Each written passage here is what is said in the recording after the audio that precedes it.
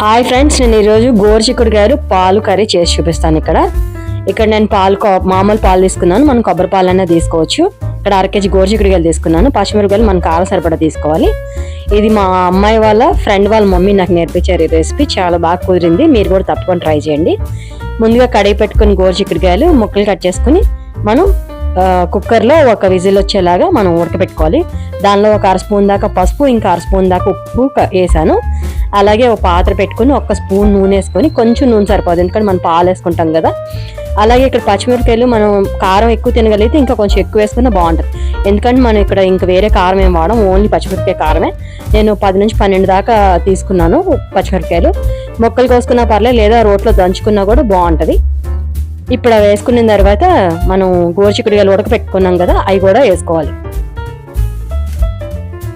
అలాగే కొంచెం సరిపడంత ఉప్పు, మనం ముందుగా ఉప్పు వేసాం కాబట్టి చూసుకుని వేసుకోండి. అలాగే పసుపు వేసి బాగా కలుపుకొని మనం చక్కగా కొంచెంసేపు మూత పెట్టి ఉడికించుకుంటే ముక్కలన్నిటికీ మసాలా అంటే ఈ పచ్చిమిరపకాయలు కారం అన్నీ కూడా పడతాయి అన్నమాట. తర్వాత మనం ఇక్కడ పాలు తీసుకున్నాం. మన ఇష్టం, కొబ్బరి పాలైనా వేసుకోవచ్చు, ఉత్తి పాలైనా వేసుకోవచ్చు, లేదా కొబ్బరి పాలు కలిపి కూడా వేసుకోవచ్చు. లాస్ట్లో మనం కొత్తిమీర వేసి దించేసుకోవాలి. మీరు కూడా తప్పకుండా ట్రై చేయండి friends. Please subscribe my channel. Thank you so much for watching.